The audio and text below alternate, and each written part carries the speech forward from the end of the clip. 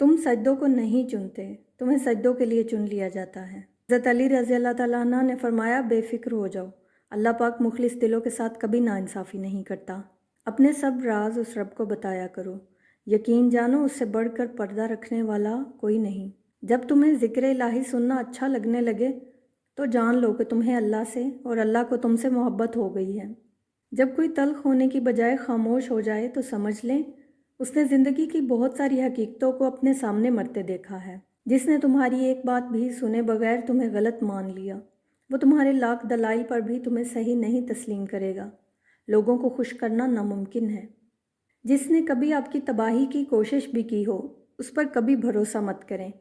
یاد رہے کہ سانپ جلد تبھی اتارتا ہے جب وہ اس سے بڑا سانپ بن جاتا ہے۔ ساری زندگی اسی فکر میں گزر جاتی ہے کہ لوگ کیا کہیں گے۔ آخر میں لوگ صرف اتنا ہی کہتے ہیں، انا للہ و انا الیہ راجعون۔ صبر کی حد یہ ہے کہ تقدیر پر کوئی اعتراض نہ ہو۔ گندے پانی میں جتنا مرضی صاف پانی ملاؤ کبھی صاف نہیں ہوگا، اور صاف پانی میں تھوڑا سا بھی گندا پانی ملا دو تو پانی گندا ہو جاتا ہے۔ ہمیشہ اچھے لوگوں کی صحبت میں رہو، ورنہ گندے لوگ تمہیں بھی گندا کر دیں گے۔ زندگی کبھی یہ شرط نہیں رکھتی کہ میں فلاں کے بغیر نہیں گزروں گی۔ زندگی گزر ہی جاتی ہے، کسی کے ساتھ بھی، کسی کے بعد بھی۔ بس جینے کے طریقے بدل جاتے ہیں۔